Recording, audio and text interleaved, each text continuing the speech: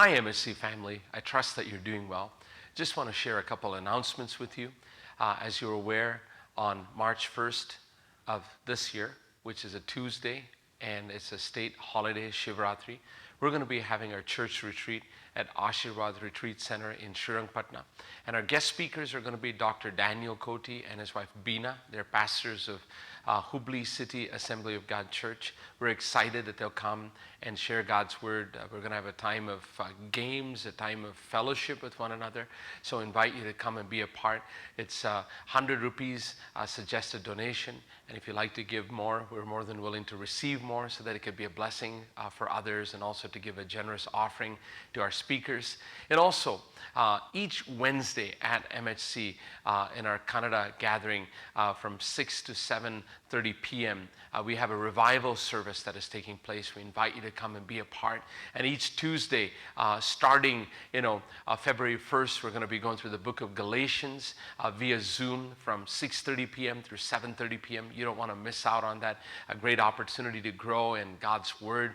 And also, on the 27th of March, we're going to receive a miracle offering.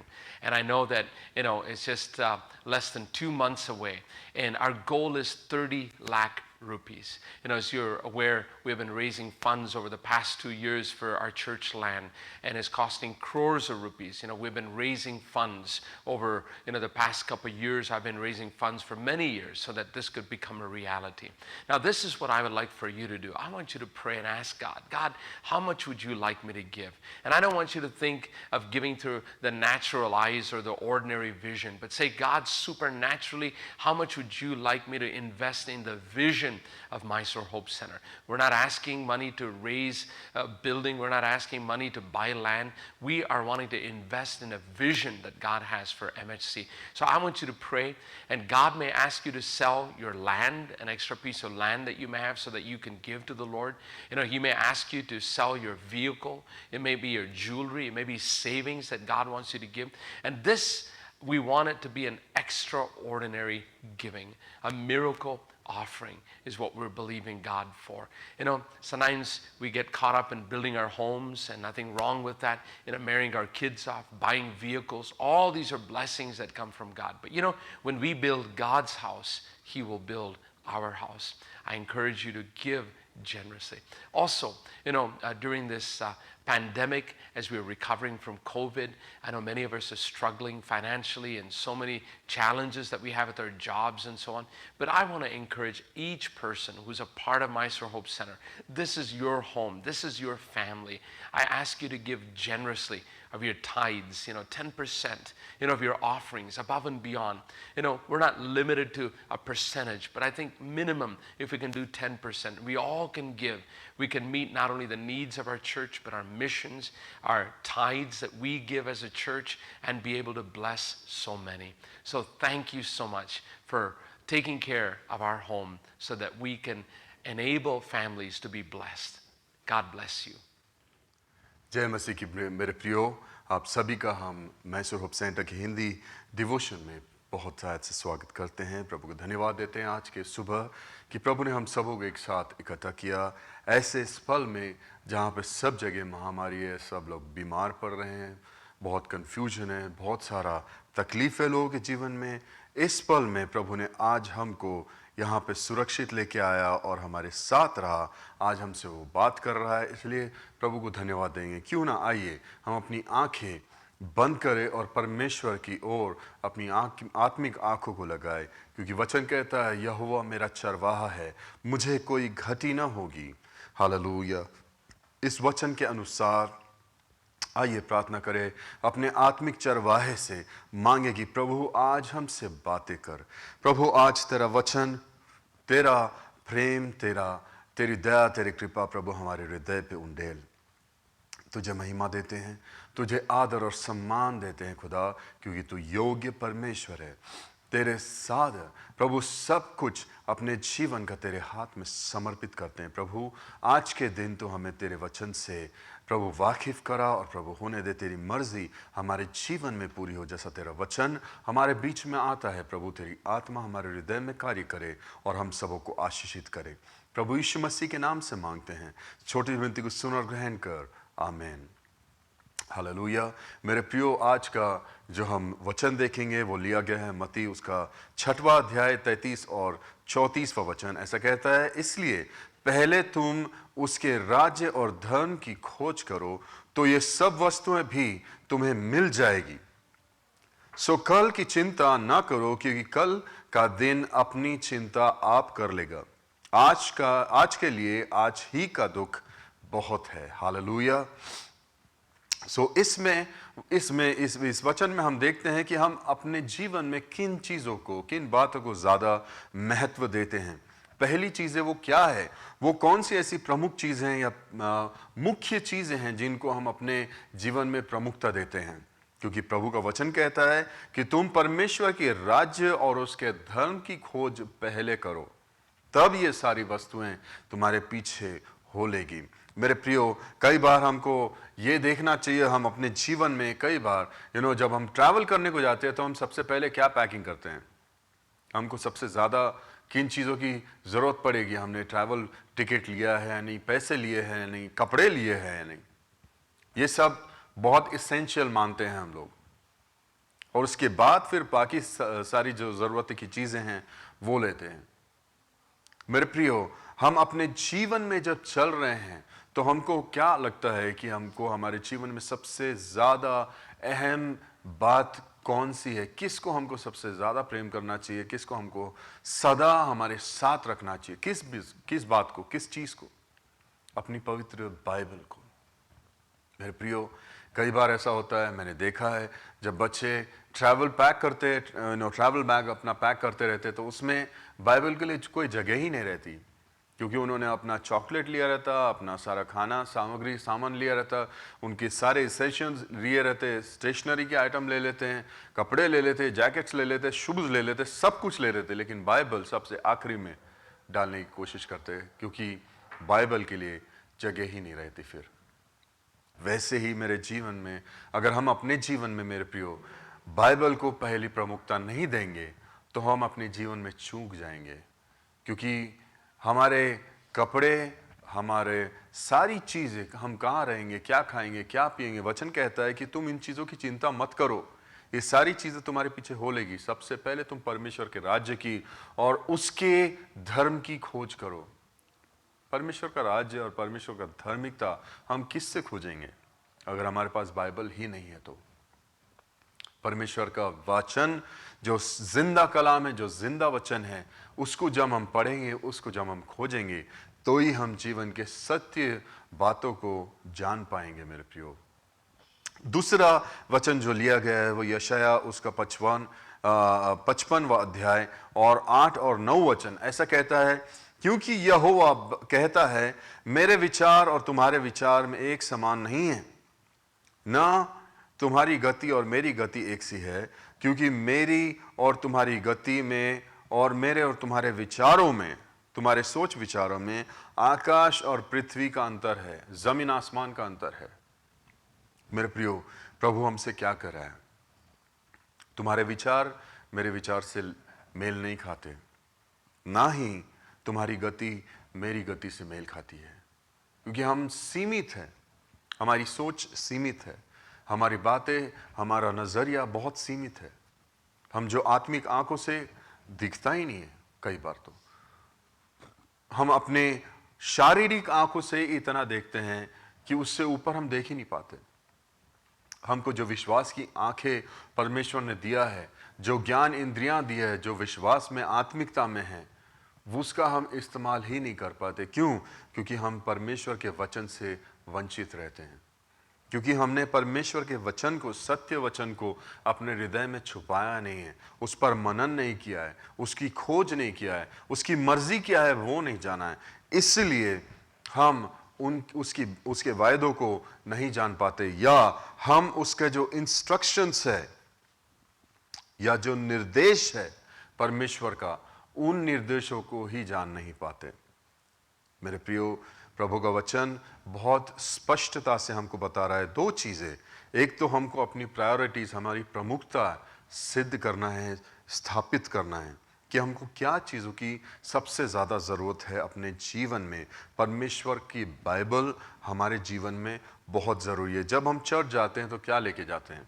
खाली हाथ जाते हैं, offering का पैसा ले जाते हैं, कि अपने जो हैंड बैग रहता है उसमें क्या रहता है? बाइबल रहती है या नहीं रहती है?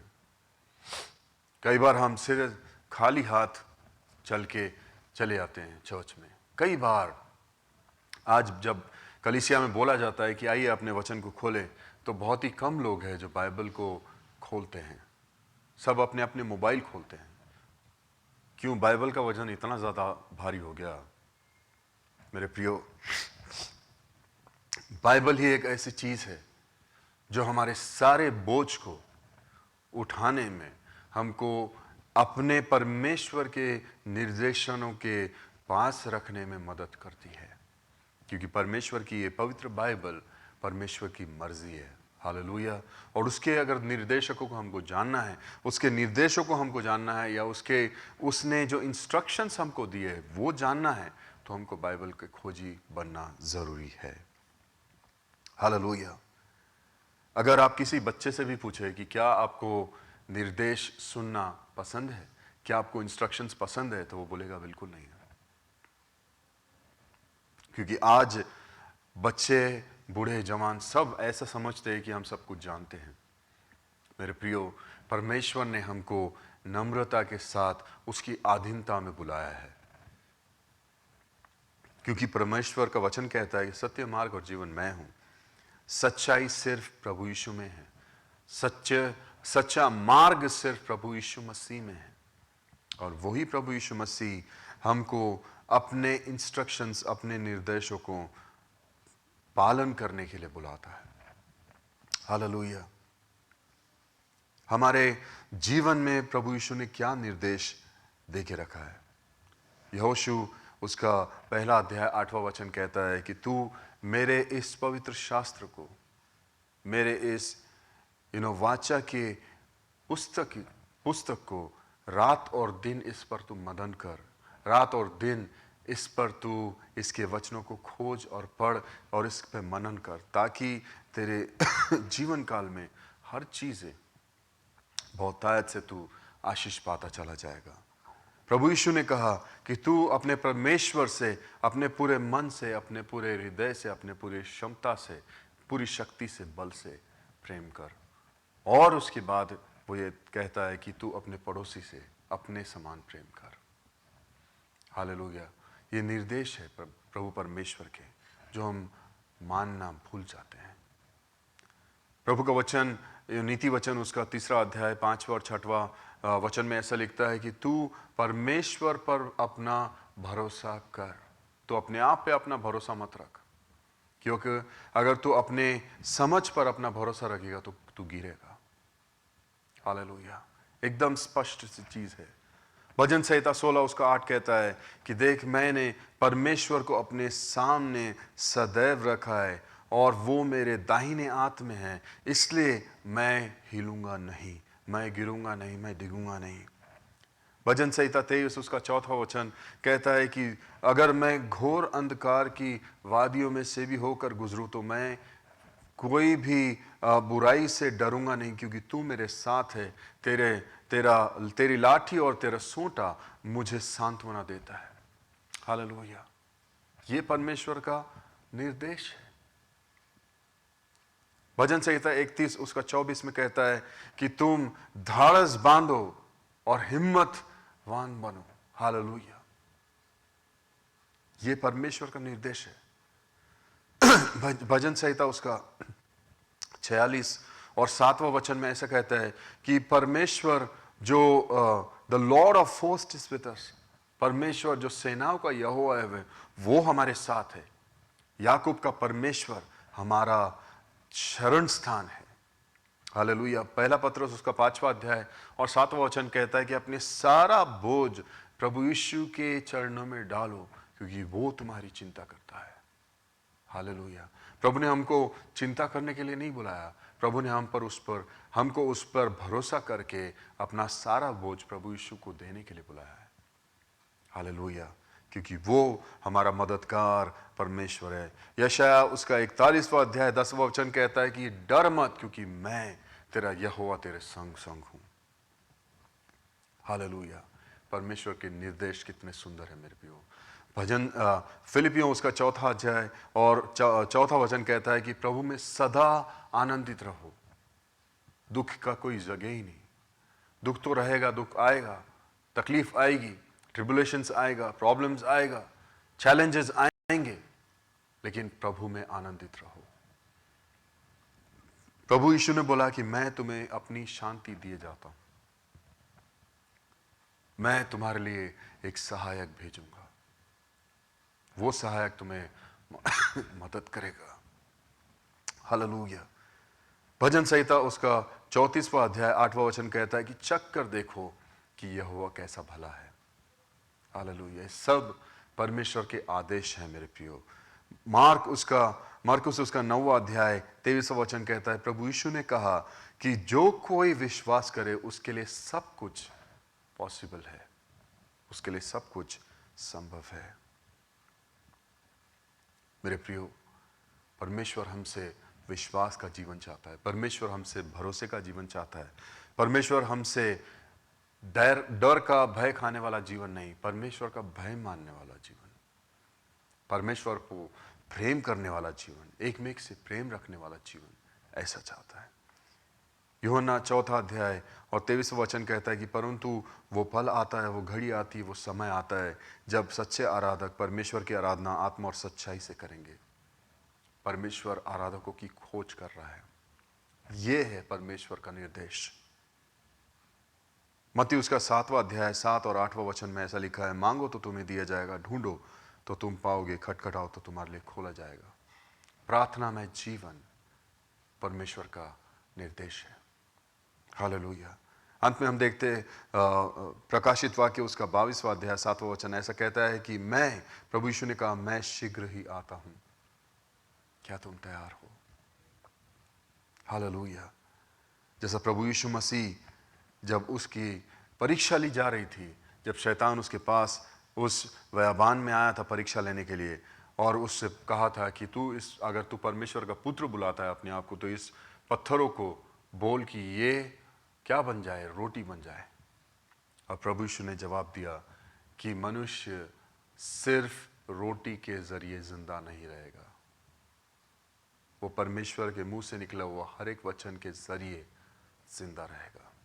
तो मेरे प्रियो, हमारे जीवन में जरूरी है कि परमेश्वर के निर्देशों को हम सुने और उनका आज्ञा का पालन करें और अपने जीवन में प्राथमिकता सही स्थापित करें।